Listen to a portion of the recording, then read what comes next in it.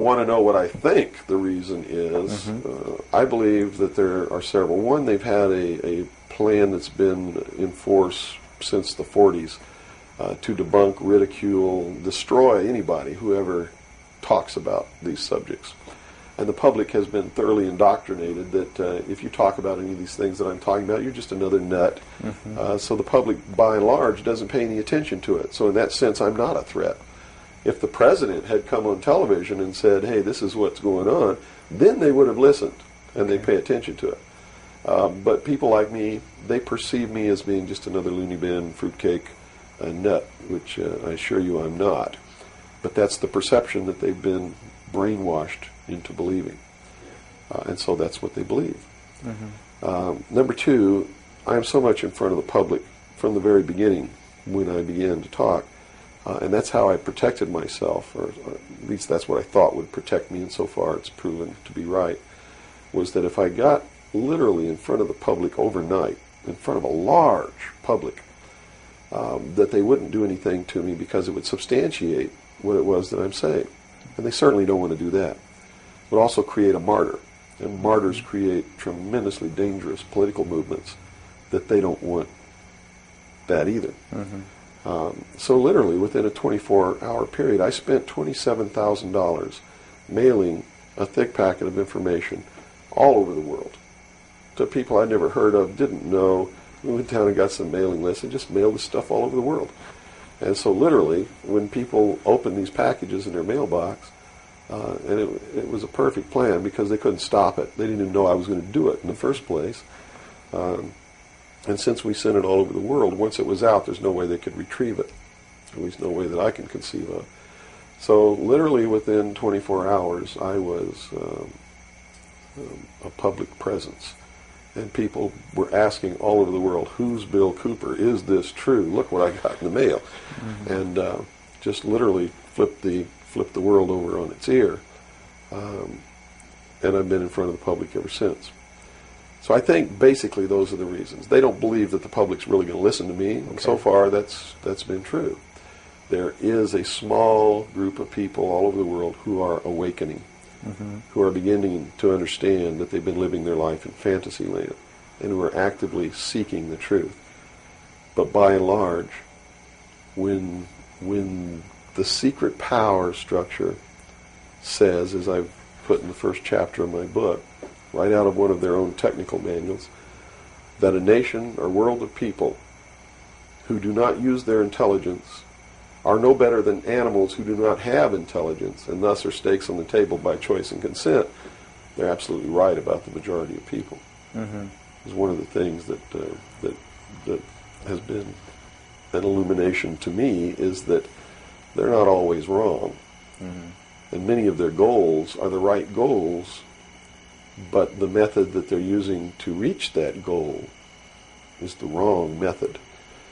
In other words, if you set out to create a perfect world where there will never be any more killing, but to reach that point, you kill 2 billion people, you have become what you're trying to avoid. Right. And it can't happen that way. If you want to create a world of peace, it has to be done by peaceful methods. Means. Yeah, if you murder someone to destroy a murderer, you have become what it was you set out to destroy, and thus it wasn't destroyed at all. It was perpetuated by that very action. And that's what these men are doing. They rationalize everything they do so that they feel better about it. But what they are doing is becoming what it is that they want to get rid of. And the world will never be a safe place for anyone as long as there are men who do these things. Very eloquently said. Thank you. Now, you. your message to people, once again, is don't believe anything.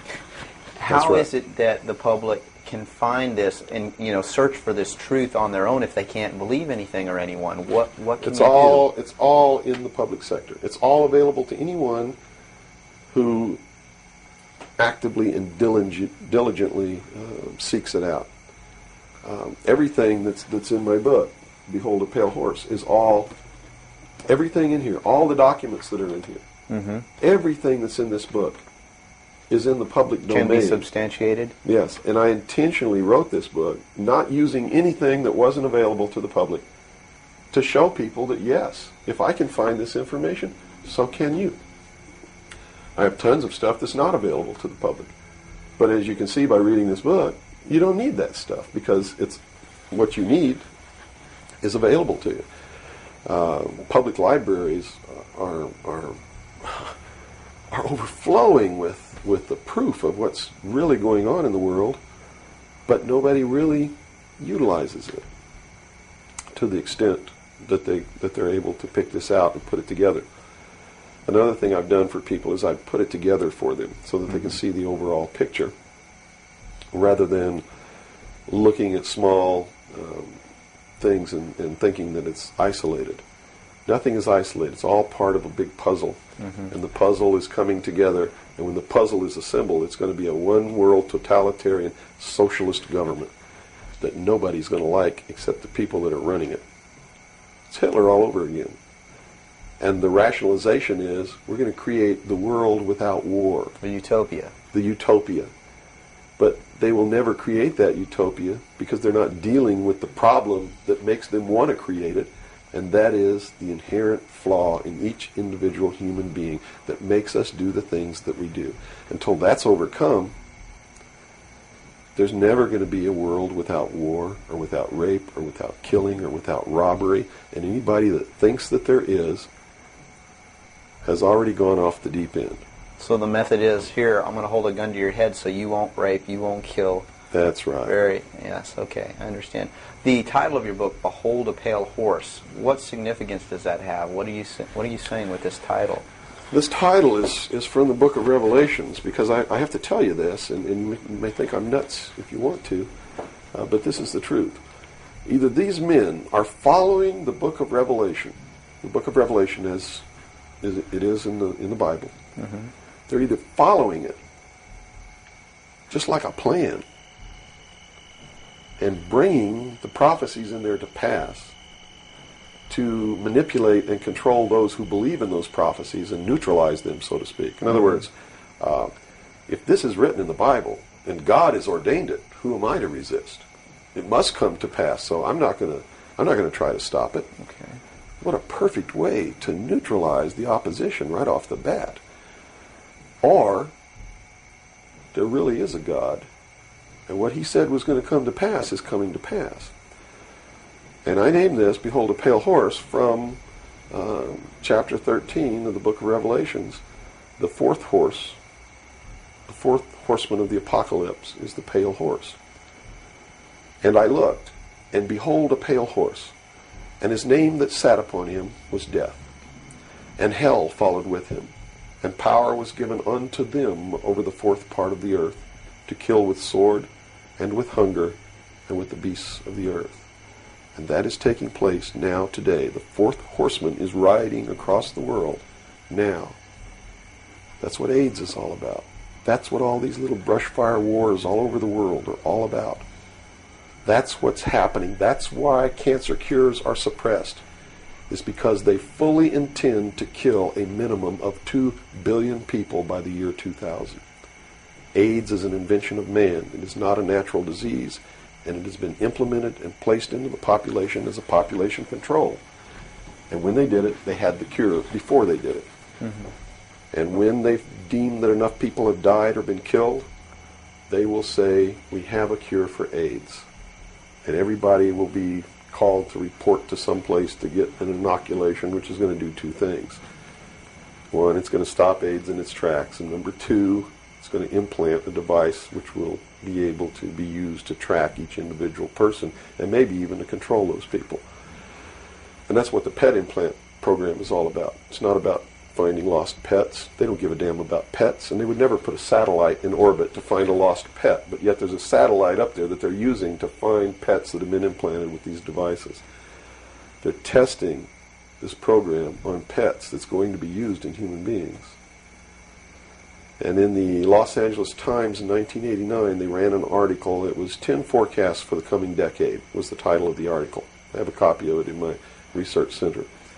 And number 5, I believe it was number 5, in those 10 forecasts for the coming decade was chemical or electronic implants to control individual behavior on a 24-hour basis, unquote. So it's not hidden at all. It's there for anybody who wants to look. But nobody's looking. Nobody's looking. They believe, and I believe that they're right, that the biggest danger to mankind right now is man himself, population. A study in 1957 told them that by 1990 the world population would double in 33 years. Can you imagine that? The world population of human beings doubled in 33 years. Mm-hmm. And they knew that it's an exponential doubling throughout history. Every time it's doubled, the interval has gotten shorter. So that was 33 years. The next doubling will take place in approximately 28 years. The next one after that, approximately 24 years. Can you imagine if the world population doubles again in 28 years from 1990? In other words, in the year 2018, the world population doubles. And we're having problems with food supplies and timber and clean water and clean air now. And then after that, it doubles again in another 24 years. That's why they created AIDS. Because they didn't want to have to go around the world and say, you, and you up against the wall, you've got to die today. And shoot them. They did it in a manner to where they could target what they consider to be undesirable populations. And I want to be very clear that I don't agree with them on this. They specifically targeted blacks, Hispanics, and homosexuals for complete eradication. And AIDS is really going through those populations, and it's really doing a number on blacks, Hispanics, and homosexuals. That theory has made news. I've heard that before, and this it's been isn't a debunked theory. very clear by the public, saying, "Oh, that's ridiculous." But you're saying that that may indeed be the case. It's not ridiculous. I actually saw this in documents, and the project name was Project Naomi. MK Naomi was the name of it. It was a CIA project. The AIDS, whatever causes AIDS, whatever that turns out to be, according to those documents, was developed at Fort Detrick, Maryland, under a CIA project called MK Naomi. It was financed by $10 million for the Department of the Army's biological warfare programs. It was carried out, supervised by the CIA, carried out by scientists who worked for the Special Operations Division of the Department of Defense. And it's doing its job. And would you assume if AIDS doesn't work, there's a contingency plan for that even? Well, I think that they have other things out there working concurrently. One thing I've learned about these men is they don't just do one thing.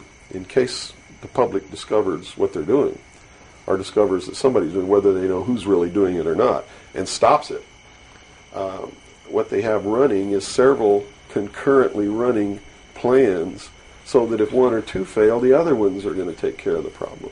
It sounds pretty hopeless. I mean, based on that scenario, is there anything, any uprising or what? Yeah, there is, but it requires that people wake up. It requires that they really learn the truth instead of live their life in fantasy land. You see, because nothing can exist without the consent of the people. Unless they buy it, it's not going to happen. And all of these plans lead to the public's ultimate acceptance of what they're going to do. In fact, they're designed to make the public ask for it. For instance, the burning of the rainforest in Brazil. I know people who are just up in arms. Stop this. We've got to stop the burning of the rainforest, which is exactly what the burning of the rainforest is designed to do. Because Brazil is a sovereign nation, right? How can you tell a sovereign nation to stop burning its own forest? You can't.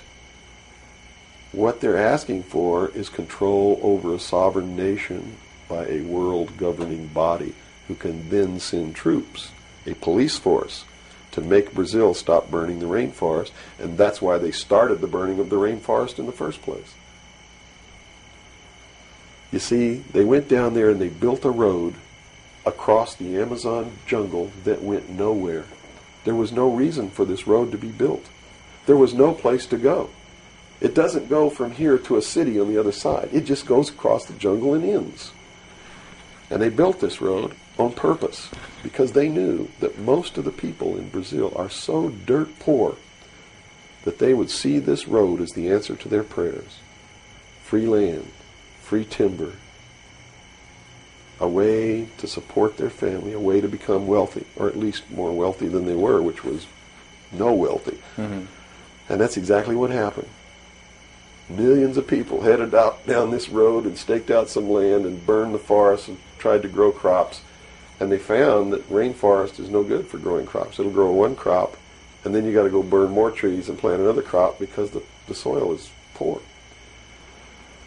And that's what's happening.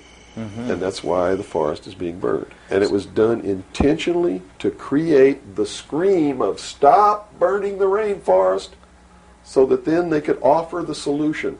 The solution is a world governing body that can then order and enforce that order of Brazil to stop burning so the rainforest. the green movement worldwide is As now a manipulation. just a manipulation. Yes. Of now it's been proposed time and again too that big business is behind things like this, and that would represent a capitalist approach. But what you're saying is we're heading toward a socialist approach based on this scenario. You have to understand the difference between capitalism, socialism, communism, what all of these things really mean.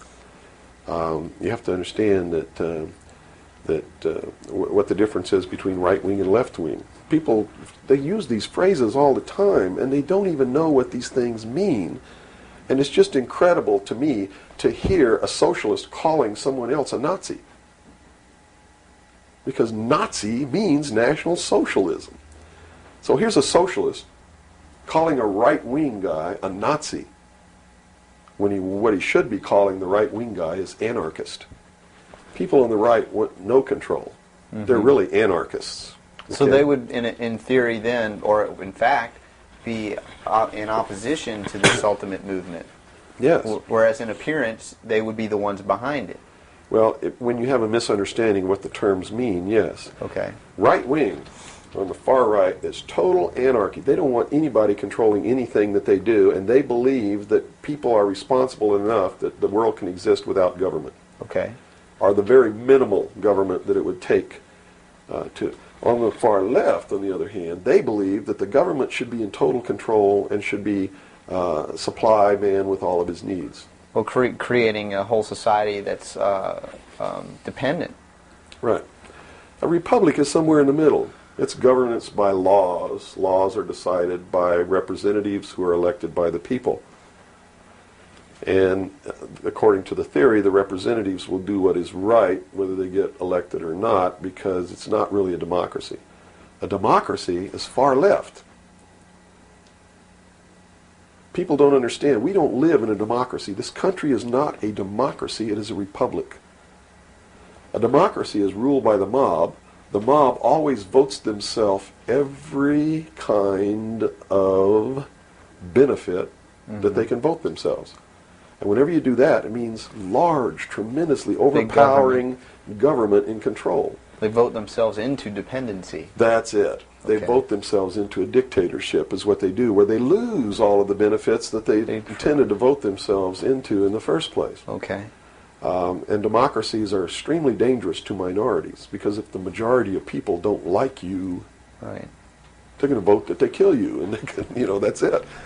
Democracies are dangerous. Democracies are socialists. Democracies are communism. That's what communism is. The definition of communism is everybody doing according to their talents and receiving according to their need. And it doesn't work. We already know it doesn't work. Man, by his inherent nature, is greedy. Mm-hmm. So those at the top always end up having everything, and those at the bottom end up having nothing in communism.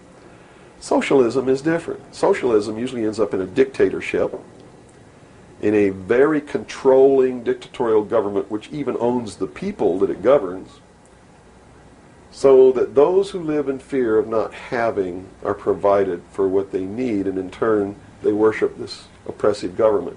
Socialists are children who went out into the world, took a look around and said, I can't handle it, and went home to Daddy. Okay. Daddy, protect me. Daddy, feed me. Daddy, loan me your car. Daddy tuck me in at night. Socialists are scared little children who are irresponsible, can't stand on their own 2 feet, and need Daddy to take care of them. Okay. Okay? Now we got the... But what happens when you go home to Daddy and Daddy does all these things for you? Tell me.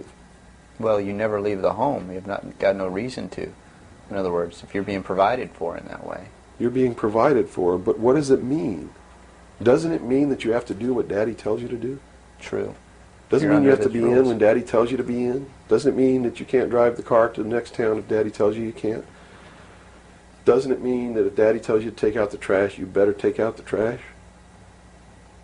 Are you beginning to understand the concept? When you ask for favors from Daddy, you have to give up freedom in return. Right. Okay. So socialism always leads to repression of liberty, freedom, equality. All of those things fly out the window so that you can have free health care, so that you can have a place to live but you don't have to pay the rent, so that you can have food given to you by the state. And that's where we're headed. Right in this country right now, we're almost totally socialist, and now people are screaming for a national health care policy, Right. health care insurance. Now, the other aspect, once again, I'd like to go into is the anarchy or the right wing, which we just into that similar. Anarchists believe that they can be responsible, that they won't hurt other people, Okay. that your freedom never ends until it begins to infringe upon someone else's freedom, and that no one should have any control over that there should be no speed limits on the highways. The problem is that, again, just like on the socialist side, you have people over here that are human, and human condition means that ultimately somebody's not going to be responsible, that they're going to drive too fast when they've had too much to drink, and they're going to kill innocent people. The answer is a balance. You know, the law of the universe says this. It's a law of physics, really, and everybody can understand it. For every action, there is an equal but opposite reaction. There can be no good unless there is evil. There can be no man without a woman. You understand the concept? Based on that, the theory of a utopia here on Earth is corrupt right away. Absolutely. It goes against the laws of physics. It goes against the law of the universe that there must be two opposing forces all the time in every instance, because that's what makes the universe work. That's what makes everything work. What we need to do is stop trying to go way over here and establish some utopia of freedoms, or way over here to establish some repression of freedom so that we make sure that we got something on the table to eat. And strike a balance between the two that works. And stop withholding information. What makes it difficult for anyone to succeed or live, or for us to really come together and have peace in this world, are all of these people who think that they are the guardians of the secrets of the ages, and only them have truly mature minds, so only them are worthy of knowing the secrets and the real science and the real metaphysics and all of these things. So they repress it and they keep it secret, so the rest of us live out our lives and we don't know the truth of what life is really all about. Therefore, we're always stumbling over each other and getting in each other's way and doing the things that we profess that we don't want to do, simply because we don't have access to the truth. If we had access to the truth... Now, I got to tell you this. Back when these men first began establishing these societies, these mystery schools, and suppressing information, the common man was uneducated, did not have an intellect capable of understanding these secrets. They were really beasts of burden, for the most part, and they lived their whole life in toil. Right. But things are not that way now. Most people have a good education. They have a good mind. They're capable of understanding if they're taught, and if they're taught correctly. And I think it's time to teach people what the truth is, and quit hiding it, so that we can come together as one humanity and make a balance and live together in a balance. You know, evil's never going to disappear. Neither is good. But we can maintain a balance and life can be good.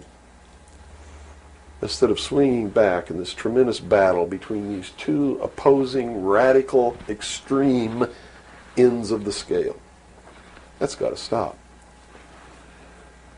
I've never understood why somebody would join together in this band of people and call himself a Democrat and not vote for anybody else if they're not a Democrat. That concept is beyond my understanding. And Republicans and Libertarians and Populists and Communists and Socialists and this and that, and blacks and whites and Indians, and there are so many sects and groups and segments, and we're so fragmented that getting together is going to really be difficult. But we've got to do it. Because if we don't wake up and do it ourselves, these men who meet in secret and plot the manipulations are going to do it whether we want it or not, and they're going to do it at the point of a gun. And they're going to take away everybody's freedom because they don't consider us responsible, Capable of having that freedom. are capable, or even of using our intellect. So they'll put us in shackles and control us and force us to be peaceful.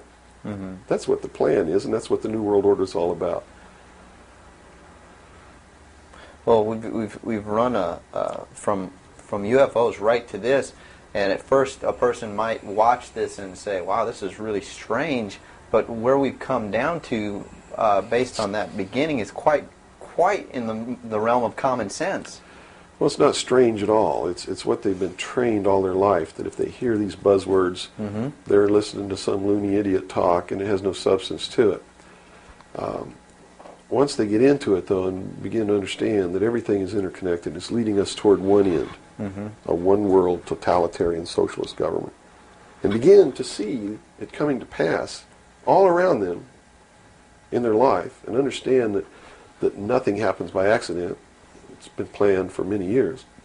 Then they begin to understand that UFOs play a big role in this. Because if they're real, it's the most significant thing that's ever happened in the history of man, and may be the driving force behind locking up the human race. Because how could a UFO land in a place like Macon, Georgia, and somebody who doesn't look like us get out, walk down the street? And I'm not trying to insult the citizens of the state of Georgia. What if they landed in Newark, New Jersey, and got out and walked down the street in a society that kills people because they sit in the wrong seat on a bus? I'd assume now that they'll know about us. Of course they will. They probably already know about you if you've been exposing the truth on your show. Would you assume that our phone lines would be bugged at this point? I don't know. I doubt it. They don't really consider you to be a threat unless you develop a large political following. Oh, okay. So, unless you have a large political following, you're not considered to be a threat to them. Because they figure that the people are too stupid to listen to you anyway. And generally, they're right. So we're in the process of educating people then. Yeah. Is the best thing. Education is 60 or 70% of the battle. Yeah. Because people automatically begin to do the right things once they learn what the truth is. They're educated to it.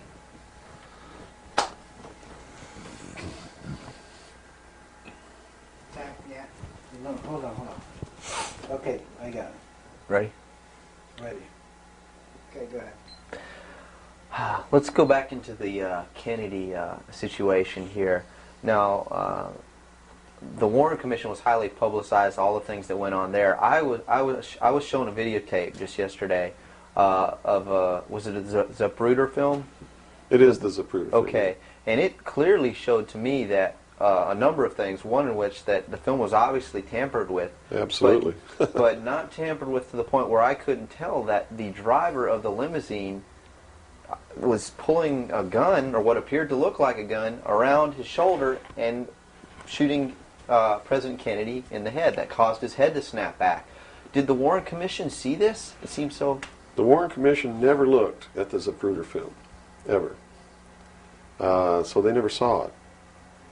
Now, I don't know who testified during the Warren Commission about the Zapruder film, if anybody did. But I do know that later at the investigations of the House Select Committee on Assassinations, that a man was specifically hired as an expert witness to view the Zapruder film and tell the committee what it showed. And that man's name is Robert Groden. He wrote High Treason, which is a bestseller out now on the Kennedy assassination. And he was one of the many so-called technical experts for the making of Oliver Stone's film called JFK. He's also a fake, a fraud, a traitor, a liar.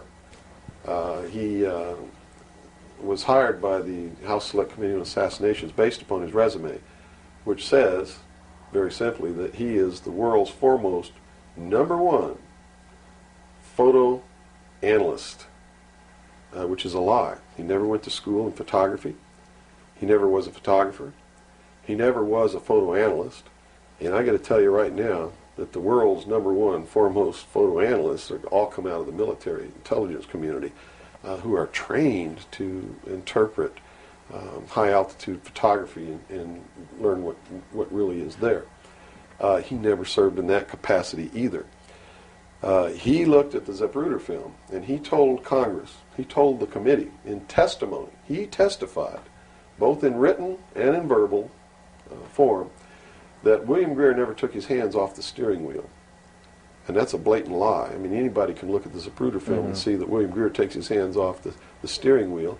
And even if you couldn't see it, if they cut out the frames, you can still see that William Greer, if this were the seat of the car, is turned all the way around with his right side against the rear cushion of the front seat, looking directly at President Kennedy in this attitude, and it is a physical impossibility to have both hands on the wheel in that attitude.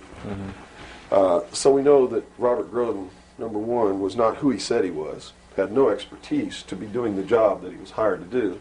#2, even if he had no expertise, it is plainly visible in the film that William Greer could not possibly have had both hands on the wheel. So we know that Robert Groden didn't make a mistake. We know that he intentionally lied to deceive Congress and thus the American people. And what's real strange about it is he's been very active in the research community, supposedly exposing the assassination of President Kennedy. But if you look what he does, he is constantly coming up with new theories, supposed new evidence, most of which is fake. And in his book now, High Treason, he makes a statement that Kennedy was probably hit from the front and the rear at the same time. His job is to keep the American people confused and propagate the lie that our government is no good, that it's our government who assassinated John F. Kennedy. And I'm here to tell you, it wasn't our government. It was the secret societies known as the Illuminati, the Knights Templar, the Freemasons, who assassinated John F. Kennedy. And the proof is right there for anybody who wants to see it. William Greer was a Freemason, #1. He was the Secret Service agent who shot Kennedy. #2, in Dealey Plaza, there's an obelisk, a monument commemorating the location of the first Masonic temple in the state of Texas. Dealey Plaza is on the 33rd parallel, which is one of the sacred numbers in Freemasonry. He was assassinated in a manner that assured the greatest flow of blood, which is called blood atonement, which was practiced by Freemasonry in the early days and supposedly is not practiced now. But in reality is the method of choice of execution, trial and execution by Freemasons. The Bilderberg group that orders his execution is the Supreme World Council of Freemasonry and consists of 39 permanent members, which is 3 times 13, which is also the exact number of men who signed the Constitution, 39. You see, our forefathers were also members of this secret group, and this country was founded to bring about the New World Order. And it's all in the Great Seal of the United States, which was, and that the design of the Great Seal was made law in 1782. It's just absolutely incredible that the American people don't understand that groups of men don't get together and meet in secret and take blood oaths which say that they can be cut open and their heart ripped out of their body and their intestines scattered over the floor if they talk about the secrets. That's not a benevolent fraternity. That's a dangerous group of men. Grown men don't play games like that. They're serious. It's the secret societies who are bringing about the New World Order. They're the ones who killed John F. Kennedy. There's nothing wrong with our Constitution or our Bill of Rights. But Americans are going to be convinced that our government sucks. And that's what all this stuff is all about. So at the beginning, the founders of this country actually did create what was I guess you could say, an above-board, good government basis for a good government. Yes. They gave us every tool to ensure the success. But it was an experiment, you see, because man had always claimed that he could rule himself, but had never been allowed to do that. Even in ancient Rome, they call it a democracy. The man didn't rule himself. He was ruled by other people who made man think he was ruling himself. But the truth was, a Roman centurion could march down the street and grab anybody they wanted to and make you do whatever they wanted to, or just execute you on the spot. And that was the truth of the matter. Those weren't free people. In the history of the world, there had never been a people who were truly free or who truly ruled themselves until the United States of America was created as a republic by which we ruled ourselves through elected representatives whom we sent to the State House, either in the States or to Congress, to do it. They also gave us every tool by which we would destroy ourselves if we weren't capable of doing it. The United States and France, the revolution in this country and the revolution in France, were created to bring about governments which would function as the antithesis to the kings and queens of the world and cause them to topple off their thrones. It also gave man a chance to prove once and for all whether he could rule himself or not. And if he could, fine. That would be the New World Order. If he couldn't, they built the tools into the Constitution to allow them to take it away from us. And those tools are the creation of the federal democracy within the boundaries of Washington, D.C., and the right to contract, through which, if we were irresponsible, we would contract to receive rights from that federal democracy and thus, in return, give up our freedom. And that's exactly what's happening. It's exactly what we've done. John F. Kennedy was short-circuiting the New World Order. He had ordered the printing of constitutional money, United States notes, which would have destroyed the Federal Reserve, which is not an agency of the United States government. It's a private corporation owned and operated by the world bankers, controlled by the Illuminati. And its purpose was to destroy the middle class in this country and thus our economy,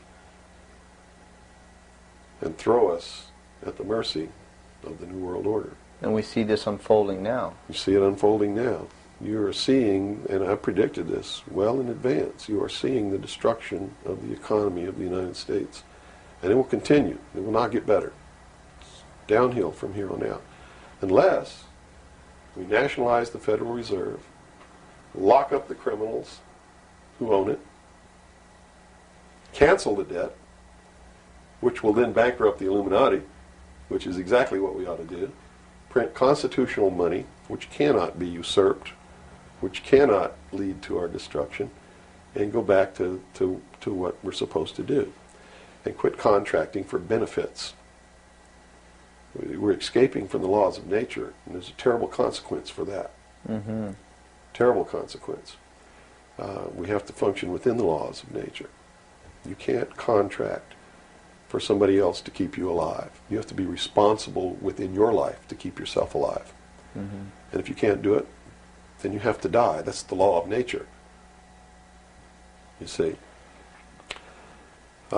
Kennedy also did a lot of other things. I mean, he was a believer in the Bible. These men who are bringing about the New World Order don't believe in the God of the Bible. They believe in the God of light, Lucifer, the angel of light, who was flung down to the earth and became the Lord of the world. That's their God. That's why everything they do goes against what people know to be the right thing to do. They believe that man was held prisoner by a vindictive, cruel God named Jehovah in the Garden of Eden. And that Lucifer, through his agent Satan, set man free from the bonds of ignorance to which he was chained to the Garden of Eden, and thus brought the gift of intellect, wisdom, to man, and thus is the true benevolent God. And man, with his intellect and his wisdom and his knowledge, will create technology which will elevate man to the position of God. And all this is allegorical. Don't take the story literally. You see, because it's all allegorical. They believe that intellect, reason, is the light, is the true God, is what makes man God. And I'm not going to debate the right or wrongness of that, because who the hell knows? But I can tell you that they pervert whatever it is that might be divine about their philosophy by becoming what they profess They to want destroy. To destroy, yes.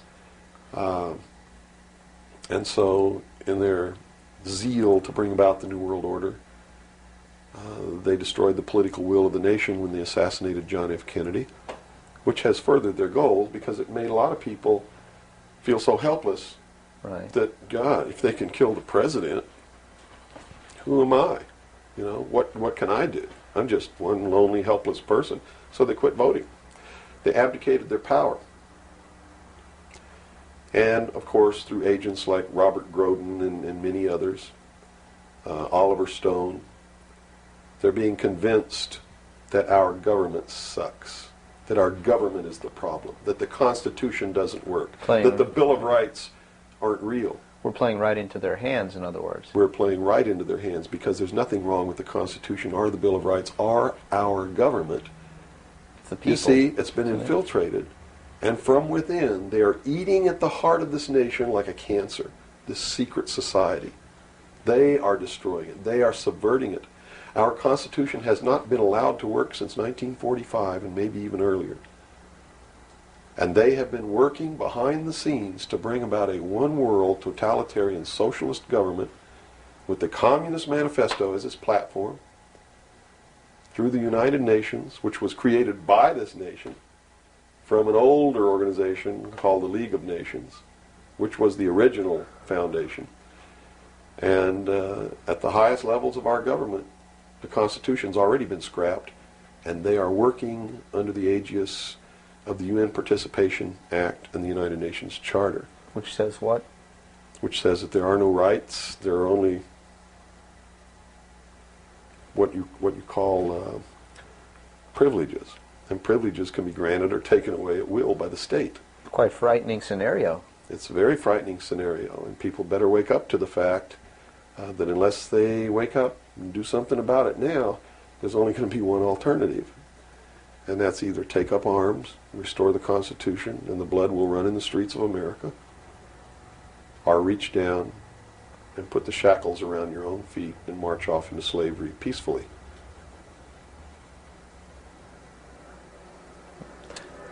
Not going to be easy the coming years.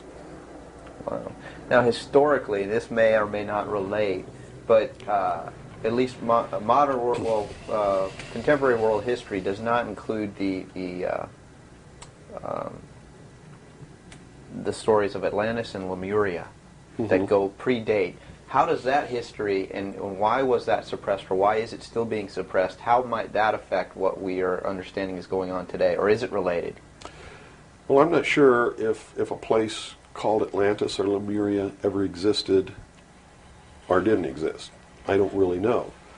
But I do know that the story that is told about the civilizations that lived there are something that we should listen to, because this whole scene may have played itself out before on this earth. And if you understand the theory, which I believe has been accepted as fact now, of continental drift, there may have been an Atlantis and a Lemuria, which had tremendously developed technologies and societies. And the same scenario that we're playing out now in this great stage called the world may have played itself out over and over again in the past for millennium. In my investigation of the mystery schools, the secret societies that are bringing all this about, that really control everything behind the scenes, I found that this is all about religion. And it's all about a recurring theme that is penetrated and is at the heart of every religion in the world.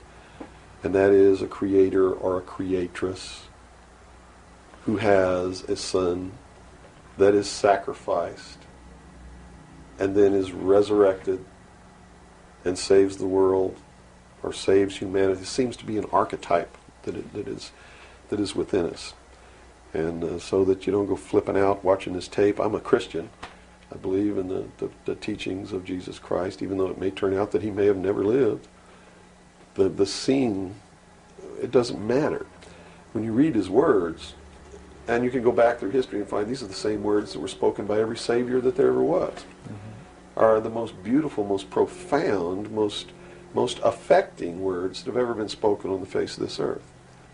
And when I get down and almost get to a point of hopelessness, I just go read the Sermon on the Mount. And I come back up again. Because in the end, it's not going to matter whether Jesus ever lived or didn't live. The story is real. And it's within all of us. And it brings us to something within ourselves that is good. But these men don't look at that.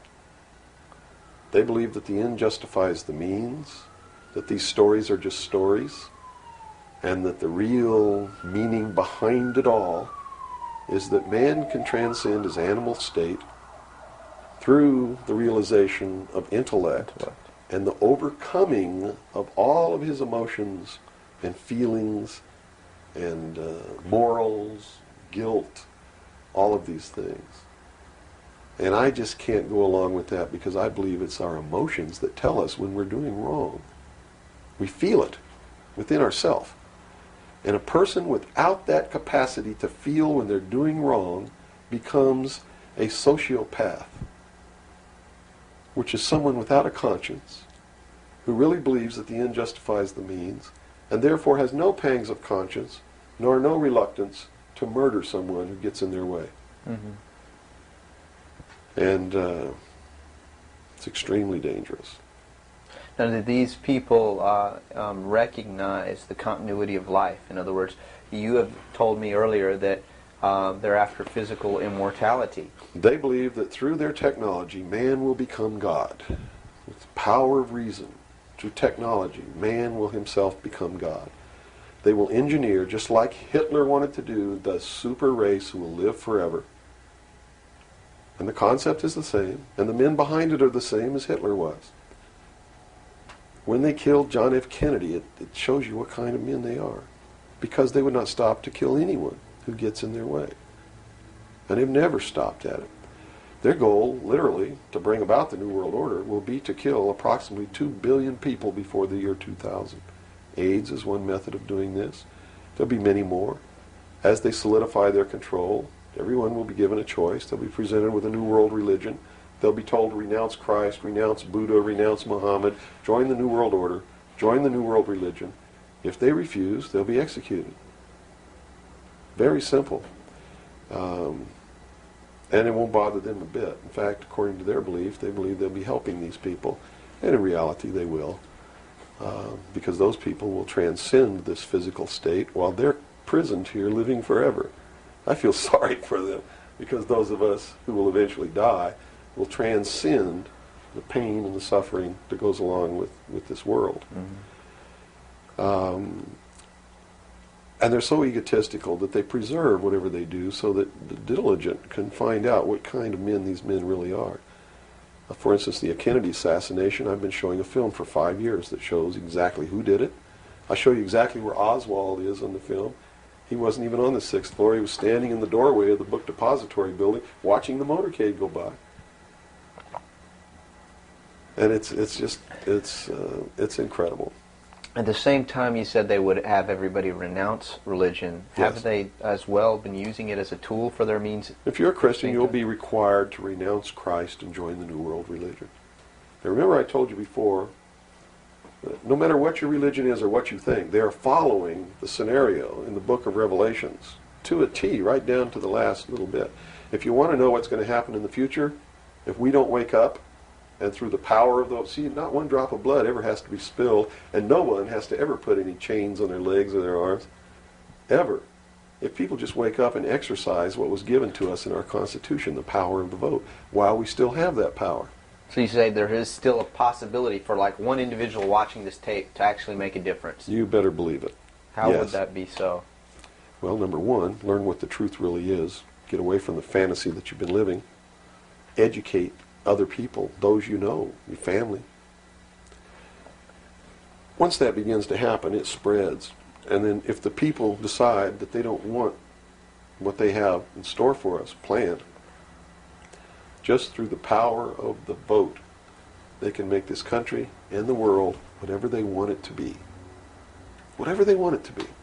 And there are no limits on that, except to understand that you can never make everything all right, and you can never make everything all bad. Both must exist, and we must maintain a balance. And we must become responsible.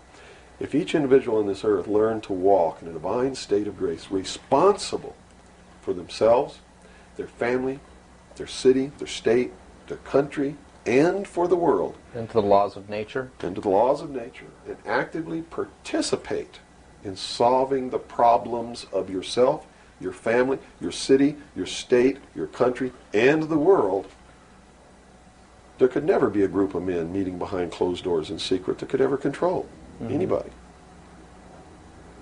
But by abdicating responsibility, by not walking in that divine state of grace, makes possible anyone meeting behind closed doors to bring about the world that they want.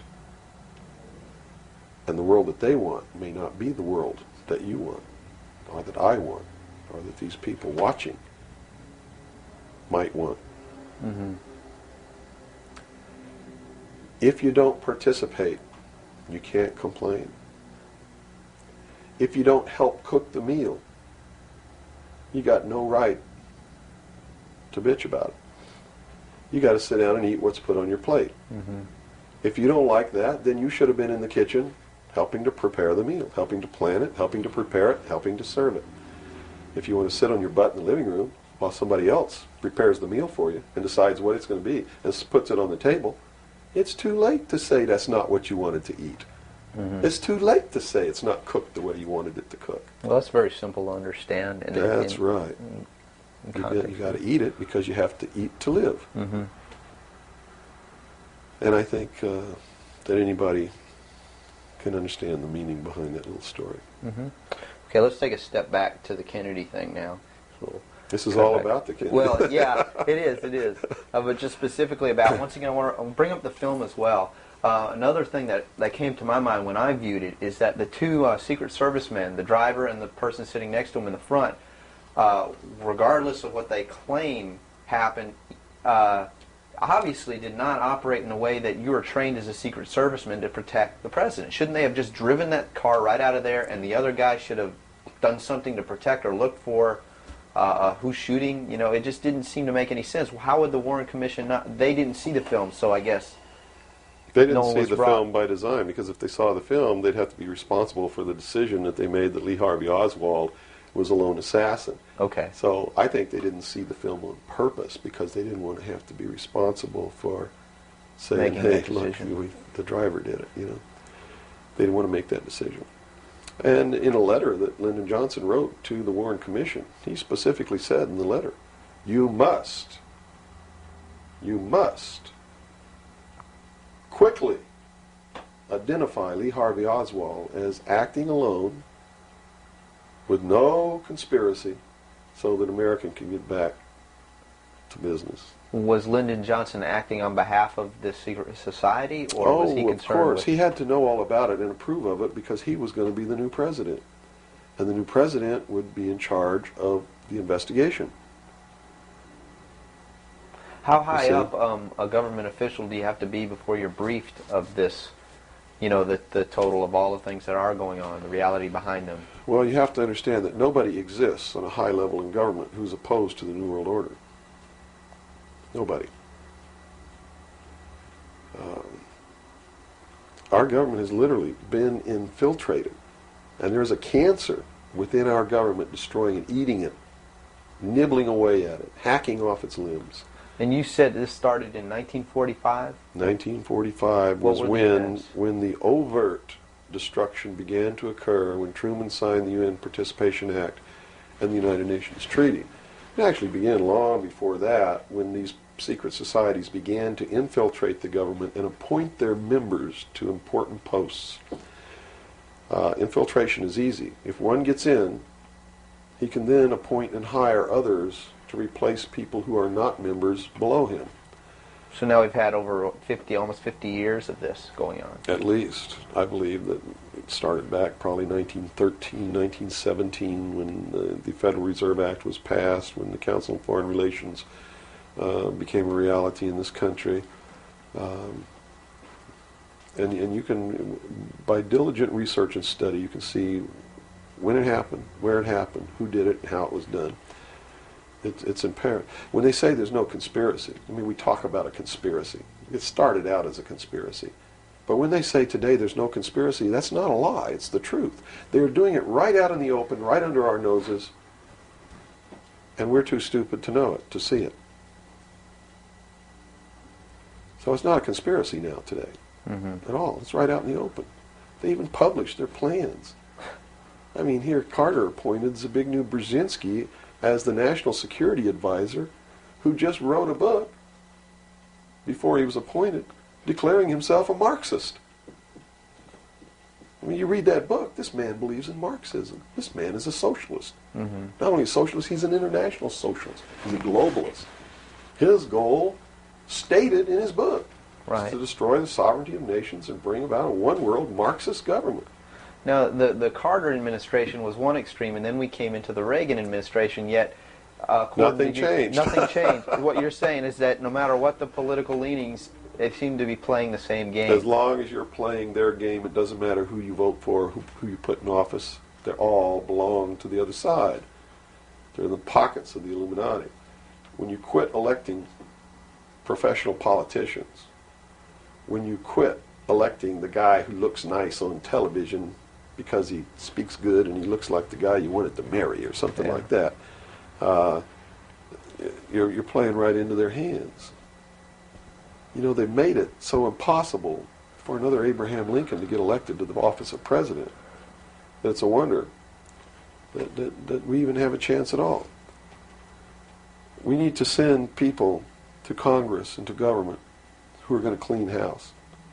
Kick all the members of secret societies out of the bureaucracy. Lock them up.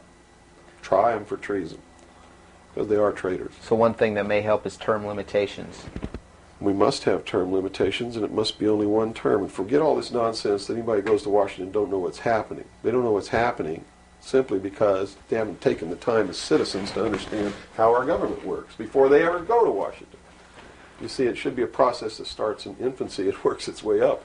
And everybody should be taking part in the government. Now, if someone came in to office with this kind of knowledge and with this kind of intent to really push these people out, would they not be eliminated immediately?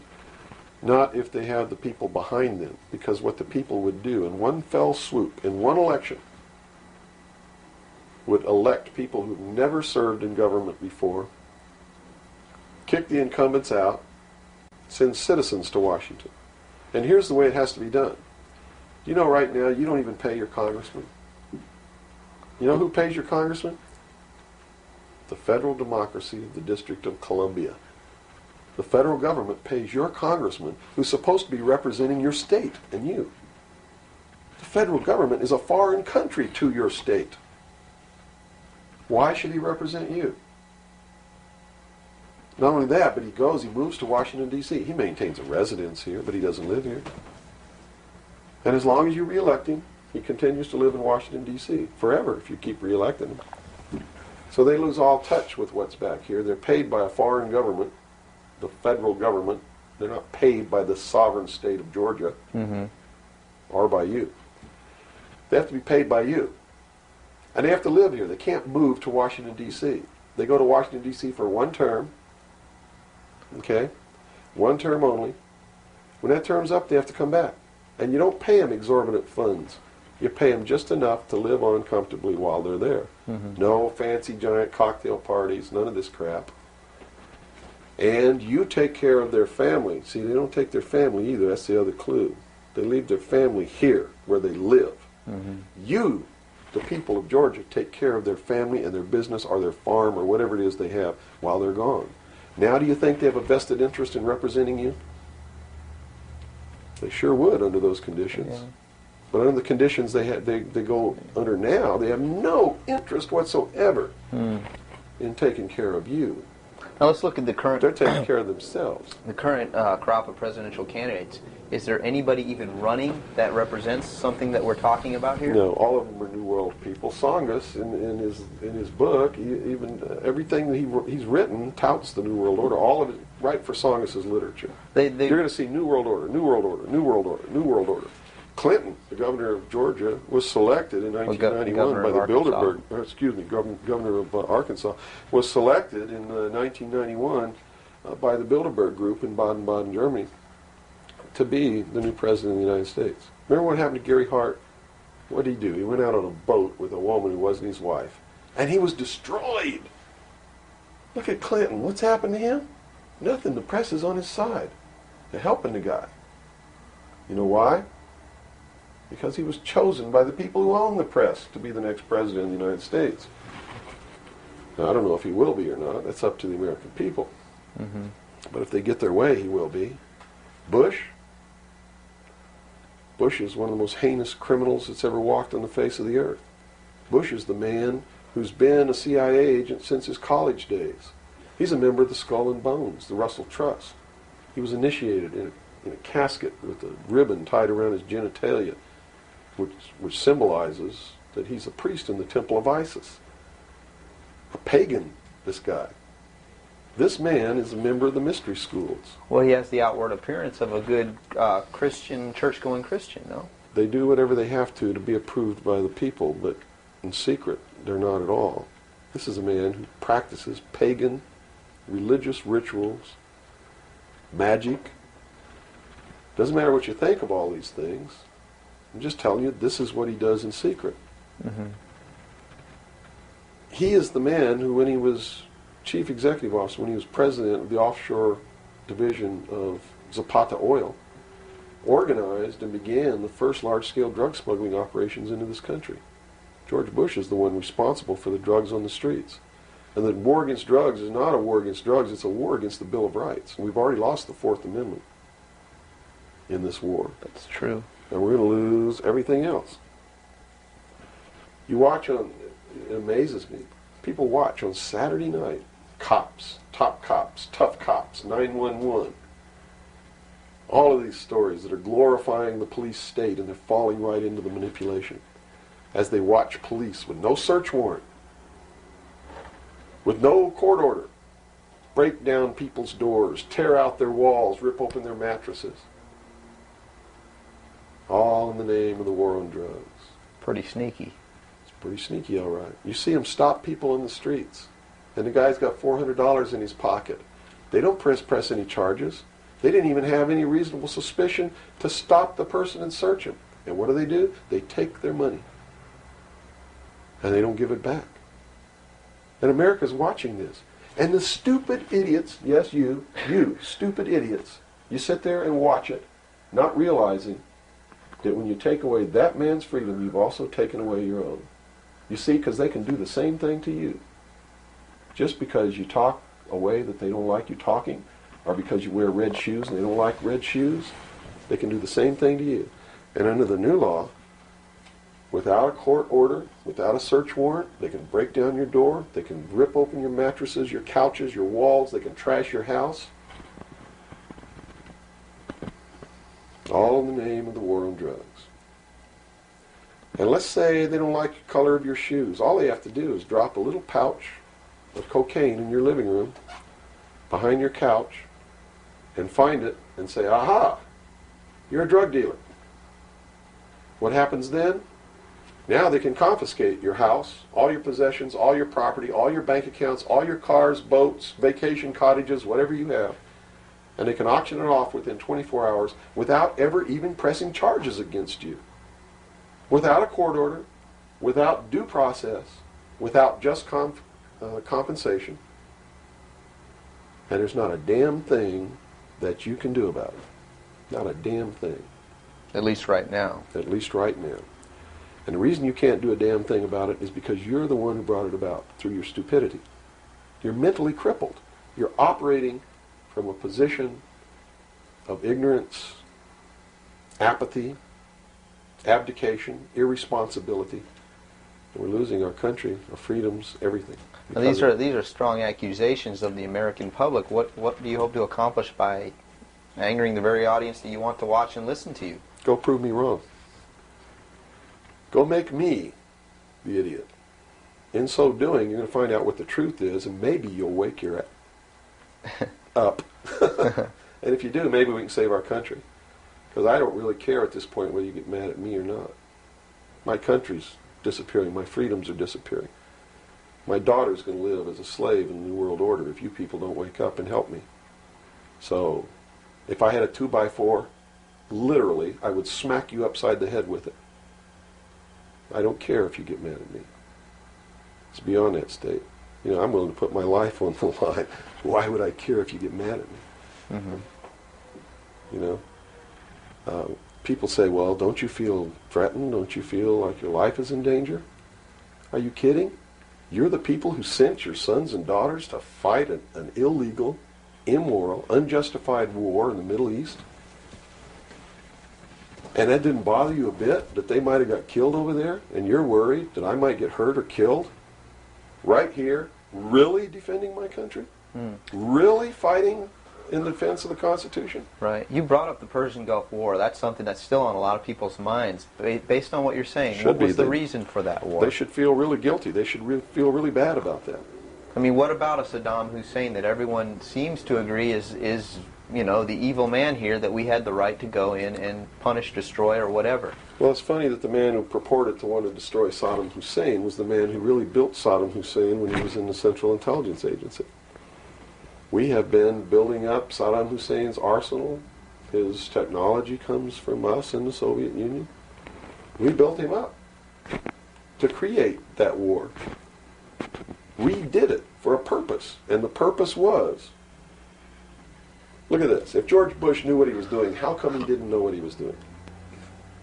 Here's what he said. We've got to send troops to the Middle East because we can't afford to pay $26 a barrel for oil. That's on tape.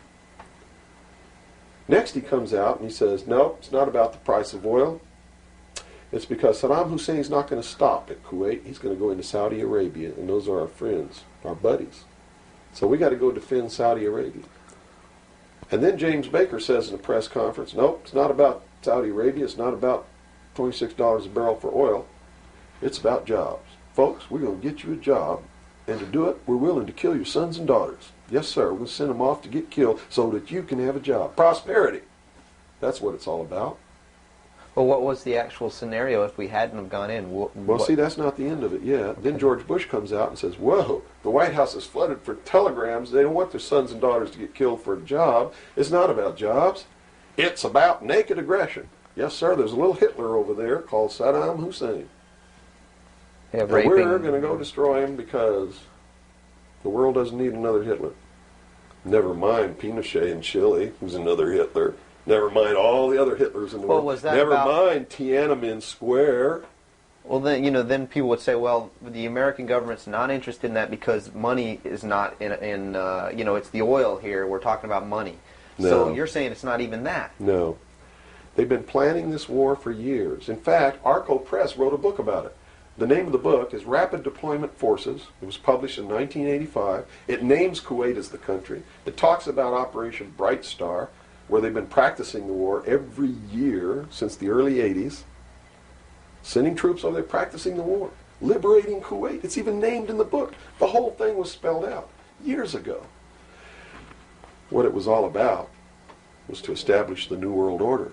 You see, because for the first time in the history of the world, it's established the legal international precedent that the United Nations could pass a resolution and send its police force to enforce that resolution, and that the member nations would have to pay for that action. And George Bush said it very clearly, but nobody was listening when he said, no longer will any nation stand against a world united. And with that action, he established the legal foundation in international law that the United Nations is now legally and overtly the one world government, and that the United States military forces and the other forces that were sent by other countries were established as the one world police force under the United Nations. Have you seen the new Air Force uniforms yet? Nowhere on them does it say United States or U.S. They are United Nations uniforms.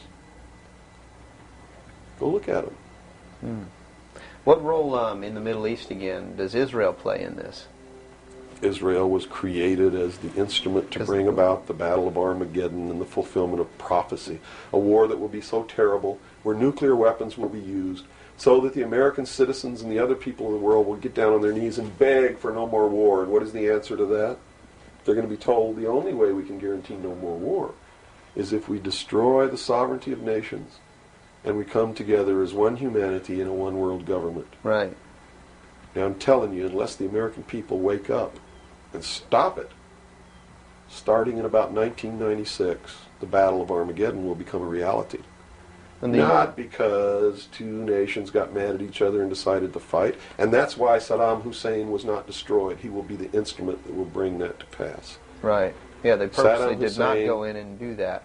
Saddam Hussein will be portrayed as the Antichrist. Babylon is in Iraq.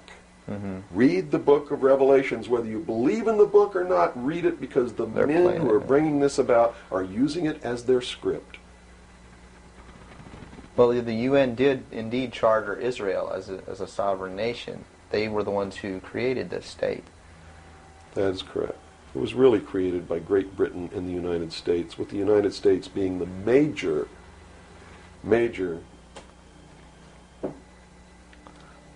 Would you- instigant. Okay, and the Jewish people were then being manipulated into believing it was for some other reason. That's correct. They've always been manipulated. And I get people who still come to me all the time and say, Bill, you're all wrong. It's the Jews. The Jews are subverting the world. Man, it's not the Jews. It's not the Catholics. It's not the blacks. It's these men who belong to the ancient mystery schools, who meet in secret and decide the fate of the world. And they belong to all different races and all different nationalities and all different religions to the public point of view. But in secret, it's a different story. How about the European community? Here seems, based on your theory, another group of sovereign nations coming together to form one The government. European Community, the EEC, was created by the Central Intelligence Agency, working through a lodge in Italy called the P2 Lodge. Propaganda 2 is the name of it, which is the intelligence arm of the Vatican. And Prince Bernhard, who is the leader of the secret World Council that controls these secret societies around the world, called the Bilderberg Group. And that's the truth of the matter. And well, during its creation, they just threw out Margaret Thatcher. She was really opposing this. Yes, she was, and that's why she got ousted. Okay. So did the Shah of Iran. So did Marcos. Anyone who opposes it gets ousted.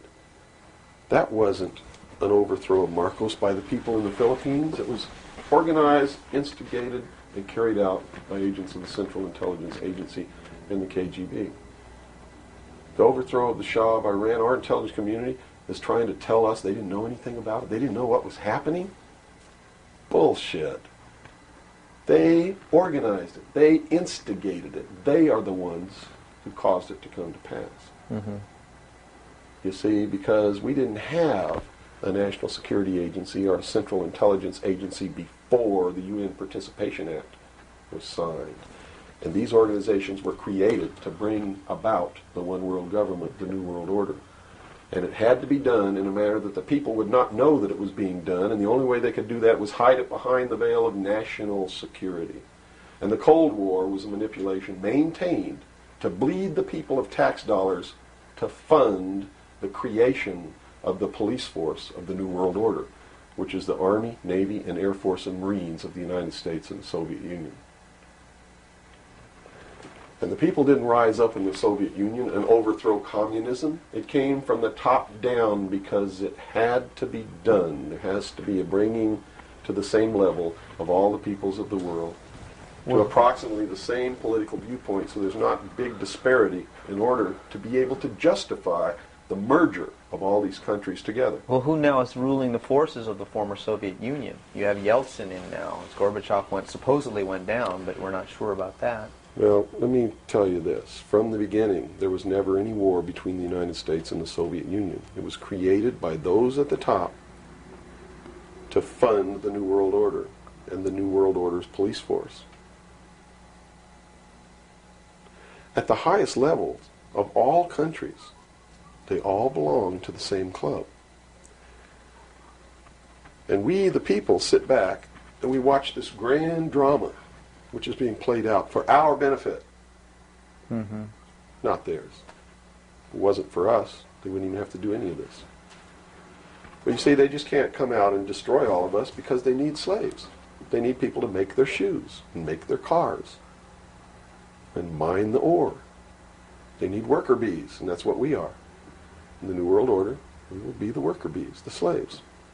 So the Orwellian view of the vision of the future wasn't too far off based on this scenario. George Orwell was just like me.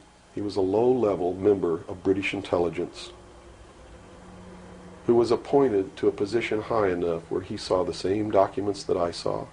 And he tried to warn the world just like I'm trying to warn the world, only he wasn't willing to take the risk that I'm willing to take. So he wrote it in a book called 1984 and spelled out exactly what's coming as a warning to the people of the world, as a work of fiction. But you notice that that work of fiction really stirred people up because they knew that it wasn't fiction. In their heart of hearts, everyone who's read that book knows that it's coming. It's a possibility. Most people won't recognize it overtly or publicly because then, if they recognize it, they have to be responsible to do something about it. And that's what every one of you have been resisting all your life, is being responsible to do something about it, to get involved. That's why you'll walk away from a girl being raped on the street by a gang of thugs rather than go and try to help her. And I'm not talking to all of you. I know there's some of you out there just like me. But most of you are just exactly what I've just described. Most people are no better than animals who do not have intelligence because they don't use their intelligence. And to these men who control things behind the scenes, you are steaks on the table by choice and consent, and will always be ruled and manipulated and enslaved by people who do use their brains. As long as we're debunking some myths, because it's putting pieces of this puzzle together, I think, for a lot of people that may be watching. The hostage situation in Iran that got Carter out of office, is this another orchestration? And if so, how does it fit into the October surprise is no myth. There was a deal made. There was a deal made at the highest levels to keep the hostages until after Reagan was elected. Do you really believe that it was an accident, that it was a coincidence, that 30 minutes after Ronald Reagan was sworn in, took his oath of office, the hostages were released? Did they want Carter out? Are you really out? that naive? I can't believe it. Did they want Carter out? Yes, they wanted Carter out. They wanted Carter out. He wouldn't play by the rules? Or what? I don't know why they wanted him out, but they wanted him out. Carter was ineffective. He did not have the support of all the American people. They need people who can manipulate the American people so that they have their support.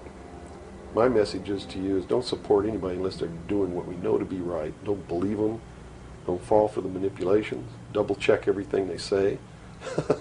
And that means you can't rely on the media as it is today either. Oh, of course not. All the media in this country, radio, television, and print, is all owned by 5 corporations. All of these corporations that own the media are owned and controlled, and members of the Council on Foreign Relations sit on their board of directors.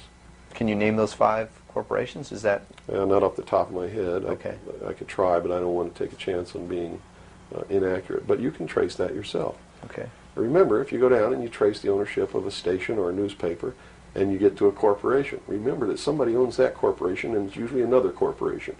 But when you trace the interlocking of all these things, when you get to the top, there's 5. And all journalists know that there's some things you don't write about, and you don't talk about, because you'll lose your job. And that's where the control is. And that's why they pay anchormen like Dan Rather $2 million a year. Because he doesn't question them. He knows that if he goes against them, he's going to lose $2 million a year. Do you think a man that looks pretty and sits in front of a TV camera for the 6 o'clock news is worth $2 million a year? No way. I don't care how long he works, and I don't care what he does. There is no job worth $2 million a year. That's why they pay athletes these fantastic salaries. I was listening to the radio the other day. They just contracted to pay one player on one team $6 million a year. Can you believe this? And why is that? It's the Roman circus. What does the emperor do when the people become restive, and when the people are asking questions, and when the people don't like the policies of the emperor? He sends them to the circus. He creates a circus. He builds a giant coliseum. And he begins to throw the Christians to the lions. And he has great chariot races and football games and basketball games, all to keep the idiots preoccupied with things that don't mean anything in the scheme of the entire world, so that they don't have the time to learn what the truth is, so they don't ever get smart enough to learn how they're being manipulated, so they don't ever question the emperor. That's why they pay a player on a football team or a baseball team $1 million or $2 million or $3 million a year. It is the Roman circus. I know men who don't know anything in the world except who plays third base for the Mets. And they think that's a great accomplishment. And they meet and pat each other on the back and bond and go have cocktails and talk about what this guy that plays third base for the Mets did in last night's game. It's sad. It's really sad. Is there any room in a kind of society where these manipulations are not taking place for this type of entertainment, or any type of entertainment at all? If people understand that a game is a game, if people understand that nobody, no matter what they do, is worth paying $2 or $3 million a year for, people should be able to get rich if they want to, by the sweat of their individual labor. Okay? By going out and doing something for the world. Not by taking people's minds away from the emperor. It's a game. Football's a game. Football's a game. But let me tell you something. When 150 of the most powerful men and women in the world can meet in secret in Baden-Baden, Germany, and plot the fate of billions, and nobody even cares about it, but 6 football players go to lunch together, and it's in the headlines across the country, you have a reflection of the society in which that exists.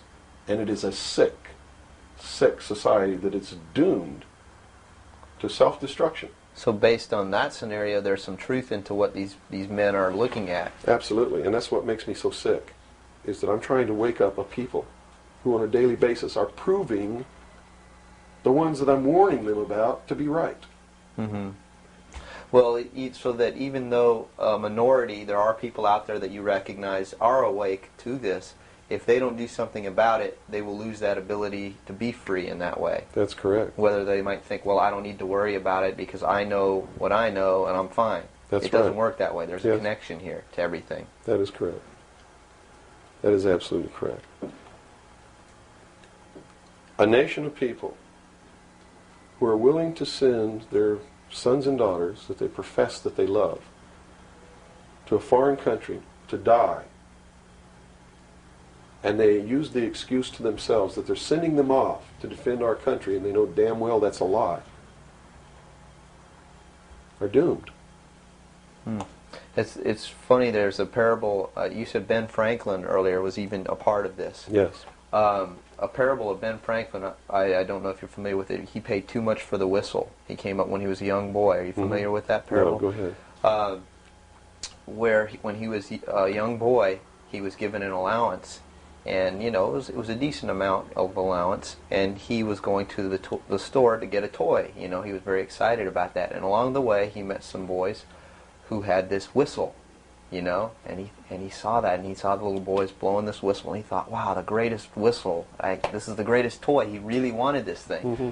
So without asking, he gave all his money away, to these boys for this whistle, and he went home, and sure enough, he got very bored with it, and he had no more money to buy something that was really, worthwhile to him. Sure. And so from that point on, he had a saying that said, don't pay too much for the whistle. And I think somehow that relates here. He's also the one, when the Constitutional Convention was finished, when they wrote the Constitution and signed it, when it had been signed, he walked out the doors. Someone outside, I forget who it was, I believe it was a reporter for one of the newspapers in the 13 colonies, asked him, he said, "What have you wrought, Ben?" Ben looked at him and he said, "A republic, if you can keep it."